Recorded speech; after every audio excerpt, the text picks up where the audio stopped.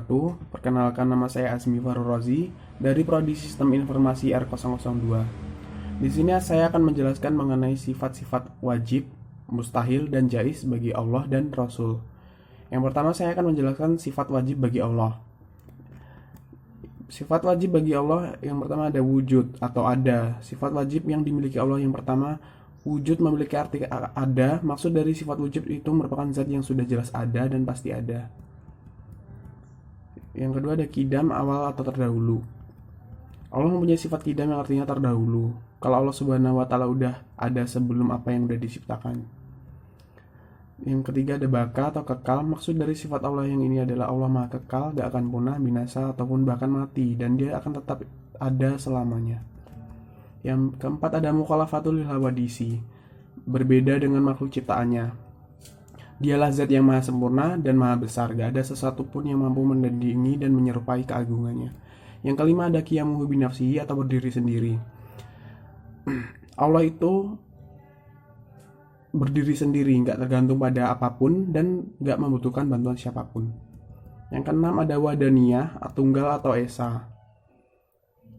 Seperti yang tertera dalam kalimat syahadat, kalau tidak ada Tuhan selain Allah. Ini menjelaskan kalau Allah mempunyai sifat wahdaniyah yang memiliki makna sebagai tunggal, satu atau esa. Cuma Allah lah yang menciptakan dan membuat alam semesta beserta isinya. Yang ketujuh ada kodrat atau berkuasa. Allah yang merupakan zat yang sempurna mempunyai sifat kodrat, yang artinya maha kuasa atau semua yang ada atau satu hal yang ada di semesta ini. Yang kedelapan ada iradat atau berkehendak. Apabila Allah berkehendak, maka jadilah hal itu dan tidak seorang pun yang mampu mencegahnya. Yang kesembilan ada ilmun atau mengetahui. Allah Subhanahu wa Ta'ala mengetahui atas segala sesuatu, baik yang tampak ataupun tidak tampak. Yang kesepuluh ada hayat atau hidup. Allah Subhanahu wa Ta'ala merupakan maha hidup, gak akan pernah mati, binasa ataupun musnah. Dia akan kekal selama-lamanya. Yang kesebelas ada sama atau mendengar. Maksud dari salah satu sifat Allah yang ini adalah Allah maha mendengar, baik yang diucapkan ataupun yang disembunyikan di dalam hati. Basar atau melihat. Allah bisa melihat segala sesuatu yang ada. Penglihatan Allah gak terbatas dan dia mengetahui apa yang terjadi di dunia ini. Lalu ada kalam atau berfirman. Allah itu berfirman dan dia bisa bicara dengan atau berkata secara sempurna tanpa bantuan dari apapun. Terbukti dari adanya firman-Nya dari kitab-kitab yang diturunkan melalui para nabinya. Yang ke-14 ada kehadiran. Allah atau artinya berkuasa. Allah ini maha kuasa segala sesuatu yang ada di alam semesta ini.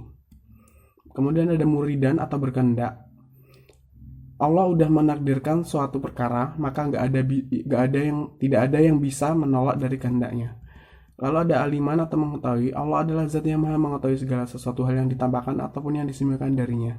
Tidak ada satupun makhluk yang bisa menandingi pengetahuan milik Allah Subhanahu wa Ta'ala.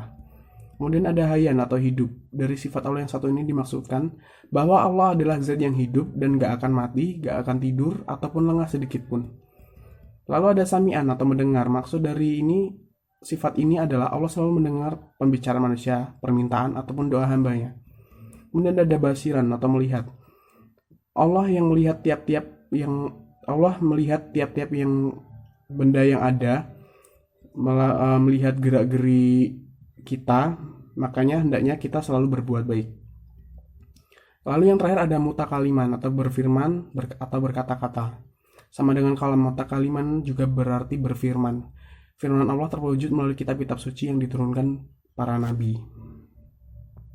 Lalu sifat-sifat mustahil bagi Allah. Yang pertama ada sifat mustahil yang pertama ada adam, yang artinya adalah tiada. Sifat ini kebalikan dari sifat wajib, yaitu wujud, yang artinya ada.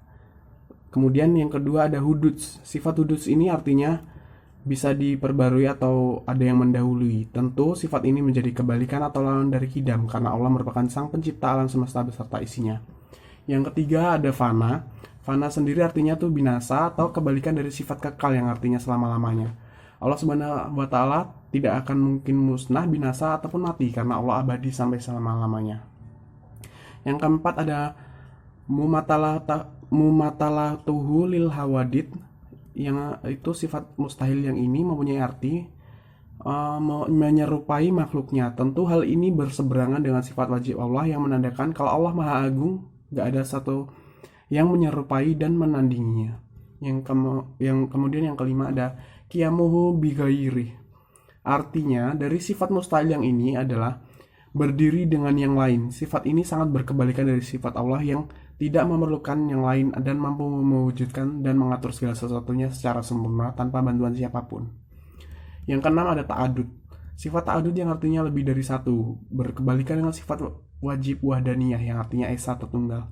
Allah Subhanahu wa Ta'ala itu Maha Esa dan gak punya sekutu, gak beranak, dan tidak diperanakan. Kemudian ada adzun. Adzun ini artinya lemah, merupakan lawan dari kodrat dengan arti berkuasa. Allah tidak mungkin lemah karena Allah Subhanahu wa Ta'ala berkuasa atas segala sesuatu. Kemudian ada karahah.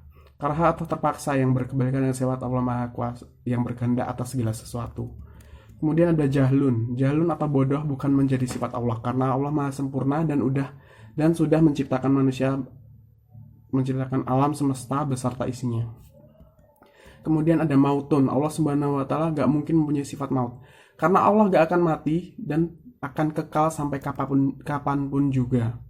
Kemudian ada syamamun. Allah Subhanahu wa Ta'ala gak akan tuli dan Allah Subhanahu wa Ta'ala merupakan yang maha mendengar segala sesuatu yang ada di dalam semesta ini. Kemudian ada ama atau buta merupakan kebalikan dari sifat Allah yang maha melihat apapun juga, baik itu yang tampak ataupun yang disembunyikan. Kemudian ada bakamum. Allah gak mempunyai sifat bisu karena Allah berfirman dengan sempurna dan terbukti dengan menciptakan kitab suci melalui para nabi. Kemudian ada khaunuzu ajizan. Allah Subhanahu wa Ta'ala tidak mungkin lemah karena Allah sang Maha Pencipta dari alam semesta dan seisinya, serta mempunyai kuasa atas segala hal di dunia ini. Kemudian ada kaunuhu karihan. Allah Subhanahu wa Ta'ala merupakan zat yang terpaksa karena Allah Maha berkehendak atas segala sesuatu dan tidak ada seorang pun yang bisa mencegahnya. Kemudian ada kaunuhu jahilan. Allah Subhanahu wa Ta'ala memiliki sifat mustahil bodoh yang menjadi kebalikan sifat wajib yang menandakan kalau Allah Maha mengetahui dan melihat segala sesuatu yang ada di alam ini. Kemudian ada kaunuhu mayitan. Allah Subhanahu wa Ta'ala gak mungkin mati karena Allah kekal abadi sampai kapanpun dan Allah tidak akan pernah tidur karena mengawasi hamba-hambanya di setiap waktu. Kemudian ada kaunuhu asama. Allah Subhanahu wa Ta'ala mempunyai sifat tuli karena Allah Subhanahu wa Ta'ala maha mendengar dan pendengarannya tidak terbatas meliputi segala hal. Kemudian ada kaunuhu a'ma. Sifat mustahil yang artinya buta ini berkebalikan dengan sifat wajib Allah yang maha sempurna dan dengan penglihatannya. Kemudian yang terakhir ada kaunuhu abkama. Tidak mungkin bagi Allah mempunyai sifat bisu karena Allah SWT berfirman dengan kata-kata yang sempurna dan sudah tertuang dalam kitab-kitab sucinya. Kemudian sifat jaiz bagi Allah. Ini artinya boleh bagi Allah Subhanahu wa Ta'ala mengadakan sesuatu atau tidak mengadakan sesuatu yang disebut juga dengan mungkin. Mungkin merupakan sesuatu hal yang boleh ada dan tidak ada. Jaiz ini artinya boleh-boleh aja. Dengan makna Allah Subhanahu wa Ta'ala menciptakan segala sesuatunya, yaitu dengan tidak ada paksaan dari sesuatu apapun. Juga karena Allah bersifat kodrat atau kuasa dan irodat kehendak, juga boleh-boleh saja bagi Allah meniadakan akan segala sesuatu apapun yang Dia mau.